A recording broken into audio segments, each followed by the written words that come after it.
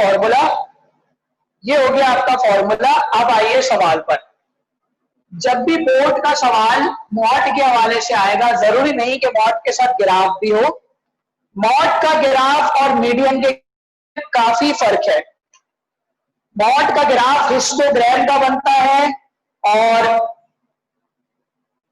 Median का graph जो होता है वो आपने देखा था किस तरह कर्व बनता है। चलिए हम सवाल करते हैं। मैं टेबल बनाता हूं, आप सारे लिखिए। Give the frequency distribution. एक टेबल ड्रॉ कर रहा हूं, इस तरह टेबल ड्रॉ किया जाएगा, आपको फिर क्वेश्चन करना होगा, ठीक है। एक क्वेश्चन हम ऐसे करते हैं और एक क्वेश्चन हम फिर सॉल्व करके करेंगे। Maximum load tons, maximum load tons, ये वो होता है ना आपका वजन लोड करने के लिए कितना मैक्सिमम लोड इन टन्स में कैलकुलेट किया जा रहा है। नंबर ऑफ केबल्स, भाई होती है ना बिजली की केबल जली हुई होती है, उसमें मैक्सिमम कितना लोड डल सकता है एक केबल के ऊपर, ठीक है। अच्छा, अब इसका सवाल है 8 से लेकर 10 तक, ये आपका इंटरवल या बाउंड्री गिवन होगा, ये हम देख लेंगे कि वो क्या गिवन है। 11, 13, ठीक है, 14, 16,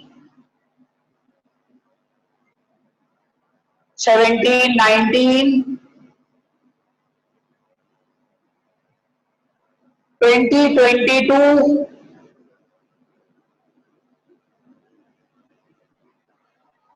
23, 25,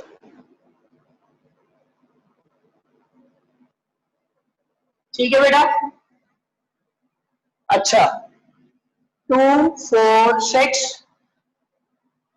4, 3, 1, फाइंड मॉड, ये सवाल है आपके पास। फाइंड मॉड, आपको मॉड मालूम करना है, ठीक है। इस तरह बोर्ड में सवाल आएगा आपके पास, बोर्ड में इस तरीके का सवाल आएगा। इसी तरीके से हॉरिजॉन्टल वे में डाटा गिवन होगा। हॉरिजॉन्टल वे में आपके सामने दो कॉलम गिवन होंगे, दोनों कॉलम्स को फिर आप उसको सॉल्व करेंगे, ठीक है। अच्छा, मैक्सिमम लोड इन टन्स, यहाँ आपके सामने इंटरवल्स गिवन है और नीचे नंबर ऑफ केबल्स, तादाद गिवन है। तादाद से मुराद क्या होती है? फ्रीक्वेंसी, ठीक है। तो इनको हम वर्टिकली पहले ड्रॉ करेंगे। सबसे पहले मैक्सिमम लोड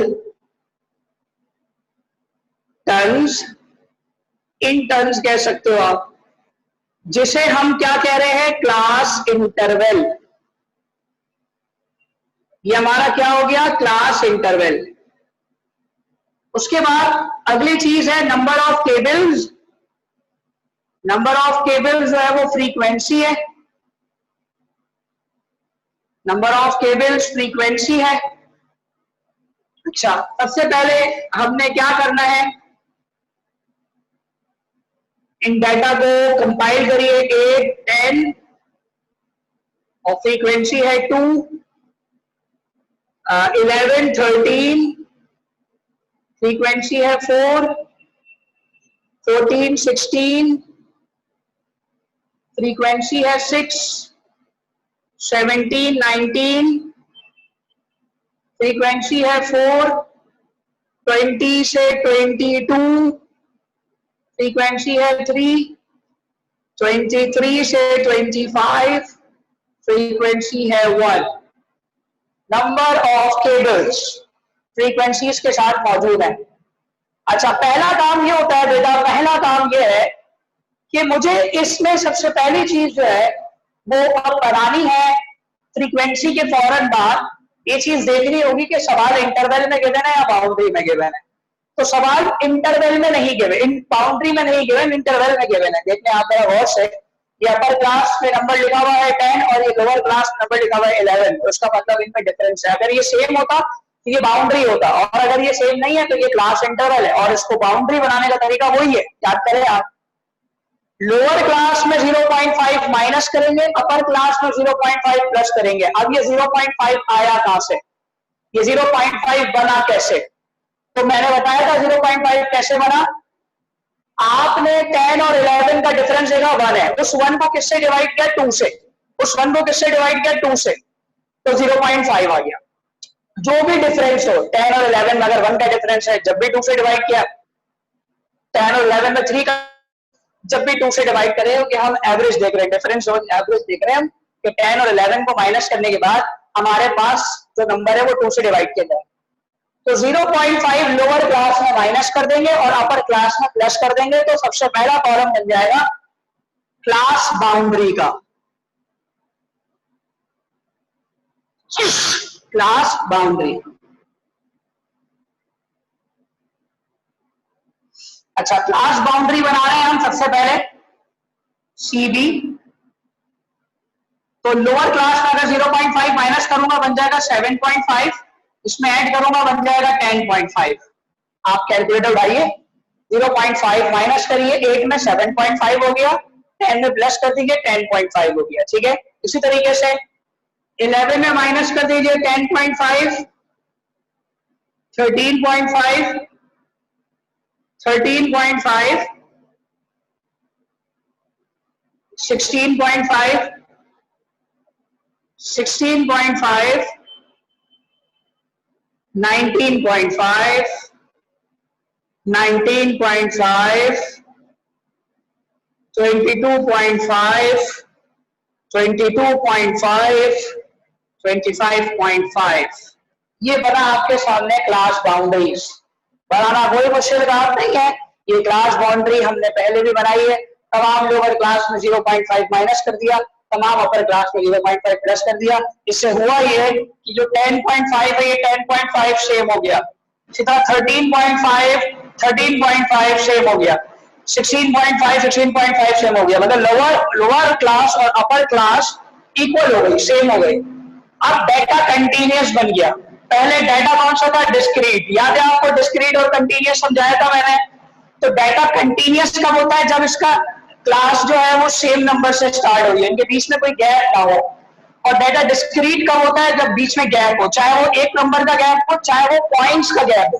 गैप होता है, लेकिन डिफरेंस जो है अगर वो डेटा डिफरेंस सेम बता रहा हो, मतलब कोई डिफरेंस ही ना हो, तो बेटा वहां पर आप उधर कहेंगे कि वो डिस्क्रीट नहीं है, कंटीन्यूअस डेटा है। ठीक है बेटा, समझ में आ गई बात। अच्छा भाई, अब मीडियम में याद करो हमें कम्युलेटिव फ्रीक्वेंसी का कॉलम बनाना पड़ता है CF। तो सोच के बताइए, चैट पर आंसर आना चाहिए सबका, क्या मॉड में हम कम्युलेटिव फ्रीक्वेंसी बनाएंगे या नहीं, छोड़ दें कोई मसला नहीं, हो जाएगा। जल्दी से बताइए, जल्दी से, सबके आंसर चाहिए मुझे। यस, और रीजन के साथ चाहिए, ऐसे नहीं हाँ नहीं का जवाब हम लोग अक्सर देते हैं, यस हाँ नहीं, रीजन के साथ भी चाहिए होगा जी। बनाएंगे, एक दफा फिर बोलूं, एक दफा फिर बोल लेता हूं भाई। कम्युलेटिव फ्रीक्वेंसी मीडियन में बनाया था CF फ्रीक्वेंसी की मदद से, यहां पर बनाएंगे या नहीं बनाएंगे जी। नहीं बनाना, तानिया ने कहा है, नयालिश ने भी नो कहा है, उम्मे अमन की नजर में उन्होंने कहा है कि बनाना चाहिए, क्यों छोड़ने हैं उन्हें, ऐसा ही उम्मे अमन। ठीक है, अच्छा जी। और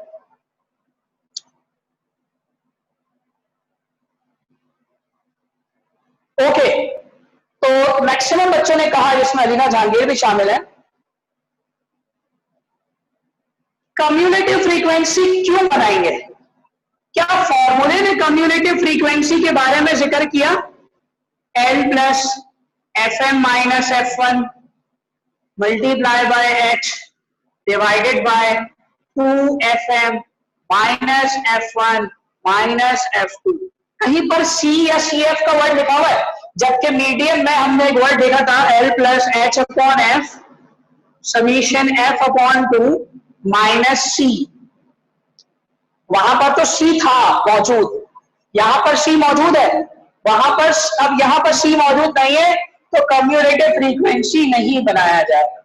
समझ में आ गई बात, कम्युलेटिव फ्रीक्वेंसी नहीं बनाएंगे, जबकि हमें अब मॉडल क्लास फ्रीक्वेंसी चाहिए, मॉडल क्लास देखना है। अच्छा, मीडियम में हमने मीडियम क्लास के लिए एक फॉर्मूला पढ़ा था, समीशन F अपॉन 2 उससे पोजीशन देखते थे हम CF के अंदर। अब वहां पर CF का कॉलम बना हुआ था ना जहां पर हम पोजीशन देखते थे, तो मीडियन क्लास को देखने के लिए फॉर्मूला है समेशन F/2, और मॉडल क्लास को देखने के लिए कोई फॉर्मूला नहीं है, उसकी वही टेक्निक है जो मीडियम में भी आपको समझाई थी। हाई फ्रीक्वेंसी को हाईलाइट कर लीजिए। हाईएस्ट फ्रीक्वेंसी कौन सी है? 6। तो जो 6 हाईएस्ट फ्रीक्वेंसी है ये हमारा मॉडल क्लास हो गया।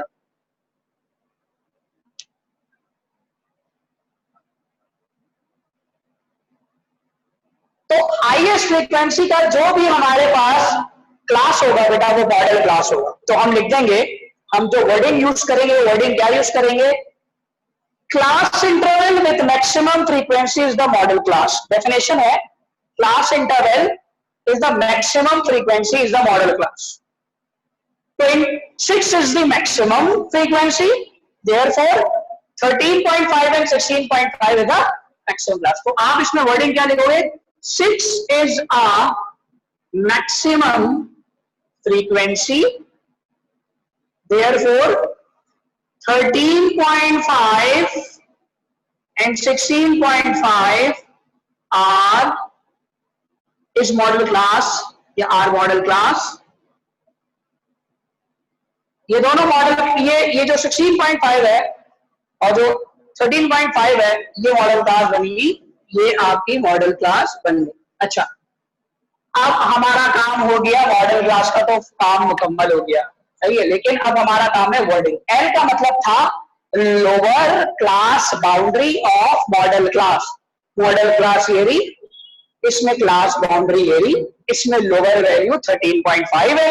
तो फॉर्मूले के अकॉर्डिंग हम यहाँ पर बेटे क्या लिख देंगे? हम यहाँ पर लिख देंगे मॉड बराबर है 13.5 प्लस FM कितना है?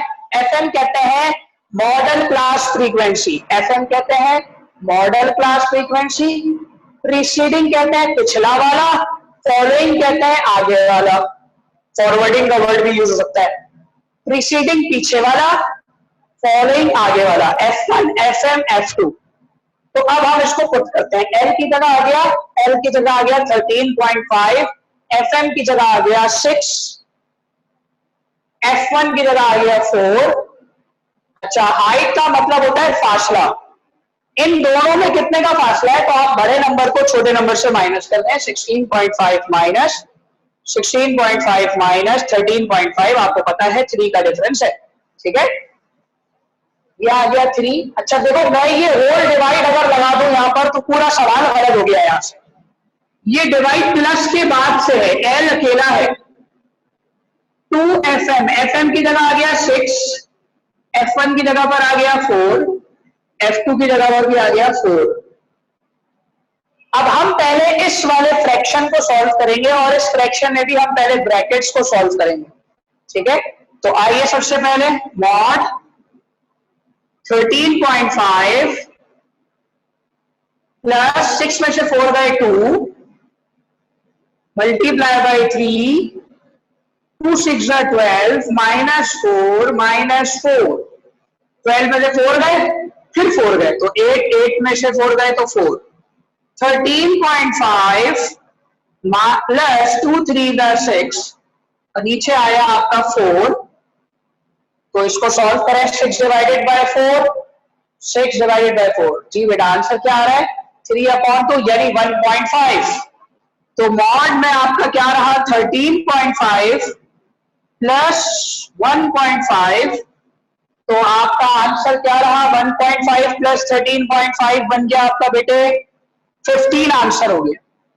मॉड का आंसर आपका कितना रहा? 15। अब इसको भी चेक करने का बड़ा ही आसान तरीका है। देखो 13.5 और 16.5 हाईएस्ट क्लास के अंदर नजर आ रहा है आपको। 13.5 और 16.5 के बीच में 15.15 आ रहा है, जो कि मॉडल क्लास फ्रीक्वेंसी के अकॉर्डिंग आ रहा है। Model class frequency model class के अंदर आ रहा है, तो आंसर हमेशा मॉडल क्लास या मीडियम क्लास के अंदर आना चाहिए। ये बात भी मैंने आपको बताई थी। तो ये हो गया बेटा आपका mean, median and then mod. हमने मीन, मीडियन, मॉड तीनों एक तरीके से कर लिए हैं, ठीक है। तो कॉपी करें इस सवाल को, फिर अगला सवाल सॉल्व भी करेंगे और ग्राफ भी बनाएंगे जी। तो जल्दी से कॉपी कर लें, फिर हम इसके बाद इसी सवाल का ग्राफ ड्रॉ कर देंगे ताकि एक ही सवाल के अंदर आपको मॉड और मॉड का ग्राफ आ जाए, तो मॉड का कंप्लीट पेपर क्वेश्चन सॉल्व हो जाएगा।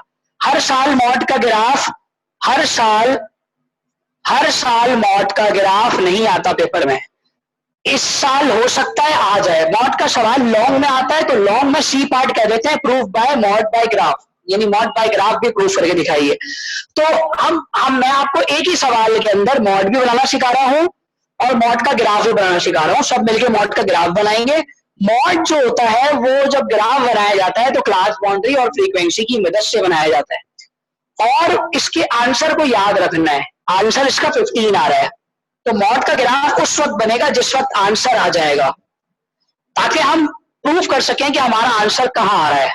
ठीक है बेटा, ठीक है मेरे बच्चों, चलिए ग्राफ निकाल लीजिए, शाबाश सब बच्चे। और मैं ग्राफ बनाऊंगा इस तरफ, मतलब ये वाला पार्ट रब कर दूंगा। स्क्रीनशॉट ले लें, अगर किसी ने कॉपी नहीं किया अभी तक जल्दी से स्क्रीनशॉट ले लें ताकि मिटाने पर आप पर कोई फर्क ना पड़े। यस, चलिए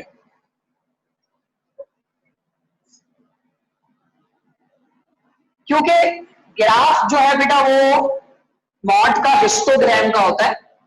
हिस्टोग्राम एक ग्राफ की टाइप है जो कि आप अपने प्रीवियस चैप्टर्स में पढ़ो, अभी फॉरवर्ड जो भी चैप्टर्स आएंगे ग्राफ का एक चैप्टर है उसमें पढ़ाया जाता है, वो मैं आपको बताऊंगा ग्राफ के टोटल कितने पार्ट्स हो गए। ठीक है, अच्छा भाई, अब बात आ रही है ग्राफ की। यस, तो सबसे पहले चीज आप वाई एक्सिस और एक्स एक्सिस ड्रॉ करेंगे। ये वाई एक्सिस हो गया। अब आपने ग्राफ में वाई एक्सिस कहां ड्रॉ करना है? पेज के बिल्कुल आखिरी से पहले वाली जो लाइन होगी उस पर ड्रॉ करना है। मतलब समझे एक बड़ा बॉक्स छोड़ के जो लाइन आ रही है डार्क, उस लाइन से वाई एक्सिस ड्रॉ करना है और पेज के लास्ट से जो बॉक्स के ऊपर वाली डार्क लाइन आ रही है उससे आपने एक्स एक्सिस ड्रॉ करना है। ठीक है, ये आपके पास Y axis and X axis draw हो चुका है। ठीक है बच्चों, अच्छा जी, अब क्या हो रहा है समझ रहा है भाई? ठीक है भाई, अब समझना है। करना क्या होगा भाई कि हमारे पास अब ग्राफ में जो एक्स एक्सिस है बेटा वहां क्लास बाउंड्रीज आएंगी, एक्स एक्सिस में क्लास बाउंड्रीज आएंगी और वाई एक्सिस में फ्रीक्वेंसीज आएंगी। तो इक्वल गैप रखेंगे। अच्छा, सबसे स्मॉलेस्ट क्लास बाउंड्री कौन सी है? 7.5, फिर 10.5, फिर 13.5, 16.5, 19.5, 22.5 एंड 25.5। ये आपके पास सबसे पहले क्लास बाउंड्रीज ड्रॉ हो चुकी हैं। ठीक है बेटा, क्लास बाउंड्रीज ड्रॉ हो चुकी हैं। ठीक है बेटा, अच्छा अब वो क्या कह रहा है?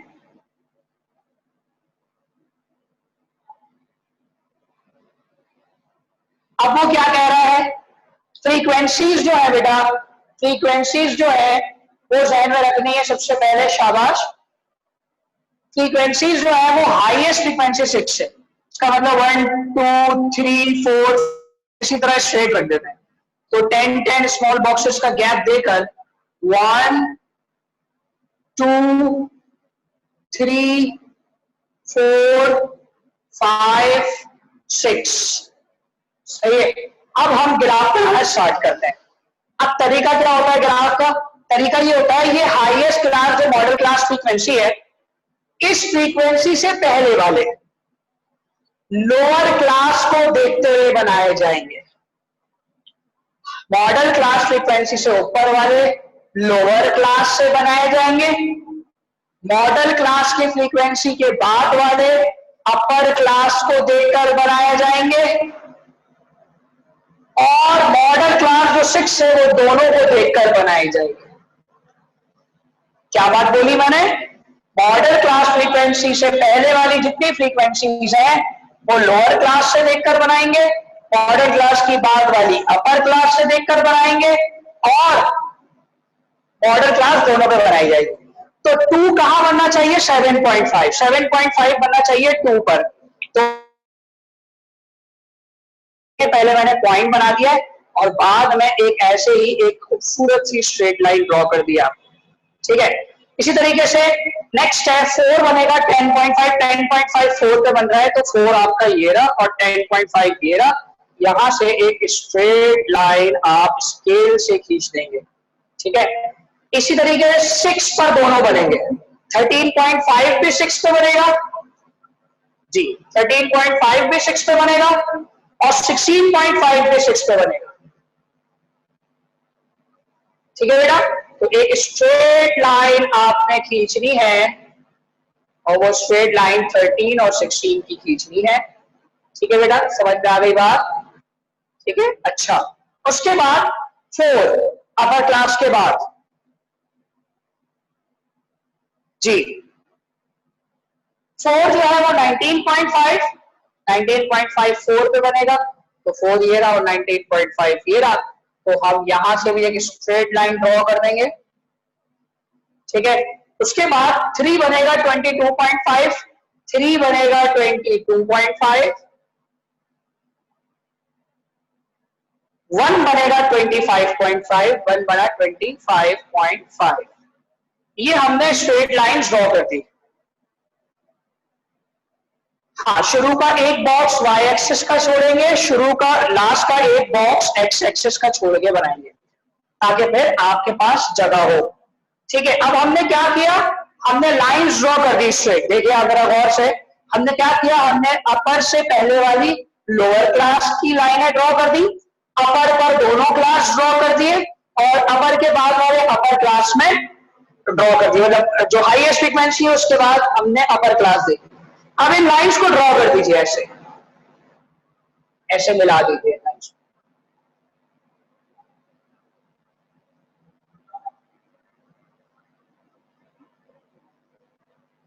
अच्छा, यहां तक की बात समझ में आ गई होगी सबको। इस तरह का ग्राफ आपने देखा होगा, अक्सर क्रिकेट मैच में दिखाया जाता है, अक्सर क्रिकेट मैच में या कोई ऐसी चीज जो समझाया जाता है, यस क्रिकेट वाला ग्राफ है ये बिल्कुल, कि मतलब इस ओवर में बहुत अच्छा स्कोर बना, ठीक है, और बीच में कहीं डॉट डॉट भी लगे होते हैं जो कि बकायदा आउट्स वगैरह बता रहे होते हैं कि कौन सा किस वक्त आउट हुआ है, ठीक है, बोलिए, ठीक है। अच्छा, अब करना ये, अभी तक मॉड नहीं आया है, अभी तक सिर्फ ग्राफ बना है। देखिए आप जरा गौर से, अभी तक सिर्फ ग्राफ ड्रॉ हुआ है, अभी मॉड नहीं बना है। मॉड कैसे आएगा? मॉड के लिए समझ लीजिए भाई, मॉड का ग्राफ, मॉड का समझना बहुत जरूरी है। इस पॉइंट को स्केल से इस पॉइंट तक के लिए ज्वाइन कर दीजिए, शाबाश शाबाश, और इस पॉइंट को इस पॉइंट से ज्वाइन कर दीजिए। अब ये दोनों लाइनें जहां पर इंटरसेक्ट कर रही हैं वहां से एक परपेंडिकुलर ड्रॉ करिए, स्ट्रेट लाइन, डॉटेड लाइन। अब बताइए आपके मॉड का आंसर क्या आ रहा था? हमारे मॉड का आंसर आ रहा था 15, तो 13.5 और 16 के बीच में 15 आ रहा है, तो x mod is equal to, यानी x मॉड मतलब मॉड का जो आंसर है वो है 15। आपका मॉड जो है वो यहां पर लाए करता है। तो बिल्कुल जिस तरह आपने सॉल्यूशन किया वैसे ही आंसर आ रहा है। आप देखिए जरा गौर से, आइडेंटिफाई हो रहा है, आप देख रहे हो, वेरीफाई भी हो रहा है कि हमारा आंसर 15 आ रहा है, तो वो बिल्कुल इसी तरीके से मौजूद है। तो जल्दी से बताइए भाई, तमाम बच्चों को समझ में आ गया? जल्दी से शाबाश, चैट पे बताइए भाई। मॉड का ग्राफ हिस्टोग्राम का ग्राफ कहलाता है ये वाला। अब क्रिकेट वाला ग्राफ या मैच वाला ग्राफ जब भी आए तो आपने अपने घर वालों को बताना ये कौन सा ग्राफ कहलाता है, मॉड वाला ग्राफ है, हिस्टोग्राम वाला ग्राफ, हिस्टोग्राम का ग्राफ है और ग्राफ बहुत इजी है, सही है। तो मीडियन का ग्राफ आपने देखा था, कर्व था आपके पास, कर्व बन रहा था, ठीक है, हमने मीडियन की लाइन को कर्व बनाया। और मॉड के ग्राफ में, मॉड के ग्राफ सिंपल है, बहुत सिंपल है, जिसमें आपने बस कुछ भी नहीं करना, अपर क्लास से पहले वाला लोअर क्लास का बनाना है, अपर क्लास के बाद वाला बनाना है, मतलब जो हाईएस्ट फ्रीक्वेंसी के बाद वाला है वो अपर क्लास को देख के बनाना। किसी को कोई मसला है यहां तक? ठीक है बेटा, जल्दी से कॉपी कर लीजिए, शाबाश। अब मैं आपको सवाल दूंगा चैट में, मतलब व्हाट्सएप पे आपको ग्रुप पे 3 सवाल दूंगा, जिसको आपने ड्रॉ भी करना है और ग्राफ भी बनाना है, मतलब सॉल्व भी करना है, ग्राफ भी बनाना है और वेरीफाई भी करना है। अच्छा, अभी तो ऐसा लग रहा है कि ये बिल्कुल 20 से क्रॉस हुआ है, जरूरी नहीं, हो सकता है कि अगली लाइन यहां आ जाए तो यहां से यहां तक की लाइन ड्रॉ हो जाएगी, मतलब ये लाइन नीचे हो जाए, मतलब अगर हमारी फ्रीक्वेंसी 3 पे होती तो हम इस लाइन को, इस पॉइंट को इसी लाइन से ज्वाइन करना है जहां पर ये लाइन आती। अब वो नीचे हो तो नीचे, ऊपर हो तो ऊपर, लेकिन हो सकता है कि आंसर में फर्क आता है। अभी तो बिल्कुल बीच का आंसर है 15, लेकिन हो सकता है कि यहाँ पर क्रॉस हो रहा है, तो जब हम यहाँ से लाइन खींचेंगे तो हो सकता है 13.5 जैसे हमारा आंसर आ रहा है, हो सकता है 14 आंसर हो हमारा, ये भी हो सकता है। तो वो डिपेंड करेगा कि ग्राफ जैसा है वैसे ही आंसर भी वेरीफाई हो। हाँ, लाइन बनाना बेइंतहा जरूरी है, अदरवाइज आपका ग्राफ कैंसिल हो जाएगा। मॉड के ग्राफ में मॉड ही आइडेंटिफाई नहीं आओ तो फायदा क्या हो। तो आज की क्लास में हमने बेटा मॉड, उसके ग्राफ को देखा और मॉड के कुछ सवाल आपको दूंगा, और आप सारे अभी मुझे रात से पहले पहले, मतलब 8 बजे से पहले पहले आप तमाम बच्चे मॉड के ग्राफ के साथ पिक्चर खींच के ग्रुप में सेंड करें, ठीक है मेरे बच्चों। नेक्स्ट वीक की क्लास तमाम बच्चों के लिए इंपॉर्टेंट है। एक दिन पढ़ाऊंगा अनग्रुप का मीन मीडियन मॉड, एक दिन पढ़ाऊंगा सिंपल फ्रीक्वेंसी का मीन मीडियन मॉड, एक दिन पढ़ाऊंगा ग्रुप फ्रीक्वेंसी का मीन मीडियन मॉड। तीनों दिन मैं कराकर बोर्ड के हवाले से सवाल खत्म कर दूंगा ताकि पिछले तमाम बच्चों को चीजें आती हो। हाँ, बस उसमें अब रह जाएंगी टाइप्स ऑफ मीन और प्रॉपर्टीज ऑफ मीन, वो हम बाद में कोई भी एक्स्ट्रा क्लास रखकर कर लेंगे। हमारा अब तक का कोर्स मुकम्मल हो चुका होगा और नेक्स्ट जो चैप्टर है हमारा वो है, ये देखिए जरा और से, ये फ्रीक्वेंसी है, ये अभी पेपर में, ये भी सवाल में लिखी हुई थी। अब जो चैप्टर आने वाला है वो ये बताएगा ये फ्रीक्वेंसी बनती किस तरीके से, यानी पेपर इस सवाल से बैकग्राउंड क्या है, ये डेटा कहां से हासिल किया गया है, उसको मैनिपुलेट कैसे किया गया है, फ्रीक्वेंसी तक कैसे आए हैं हम। यानी अब डेटा आपको इसकी बैकवर्ड नॉलेज देगा कि डेटा हासिल कैसे किया जाता है और फिर इसको मेंटेन कैसे किया जाता है, इंटरप्रेट कैसे किया जाता है। आगे बात तो डाटा रिप्रेजेंटेशन का चैप्टर होगा जो इंशाल्लाह हमारा कब होगा, नेक्स्ट वीक से, इंशाल्लाह नेक्स्ट वीक पर होगा, क्योंकि पास पेपर्स के असाइनमेंट्स का वर्क भी स्टार्ट होने वाला है। तो बहुत शुक्रिया आप सबका, इधर तक तमाम बच्चे समझ चुके हैं कि 3 सवाल हमारे अभी तक निकल गए, 2 शॉर्ट में 1 लॉन्ग में। मैं अभी भी बताता चलूं, स्टेप्स इतनी बड़ी नहीं है, बहुत इजी है, जिस तरह तुम लोगों ने देखा बहुत इजी है। बस असाइनमेंट टेस्ट इस पर रहो, बहुत पक्के हो जाओगे। अब टेस्ट की तैयारी शुरू होने वाली है, अब पहला टेस्ट चैप्टर नंबर 1 का होगा, ठीक है ना, तो तैयारी अब उसकी करनी है, ठीक है, समझ में आ गई बात।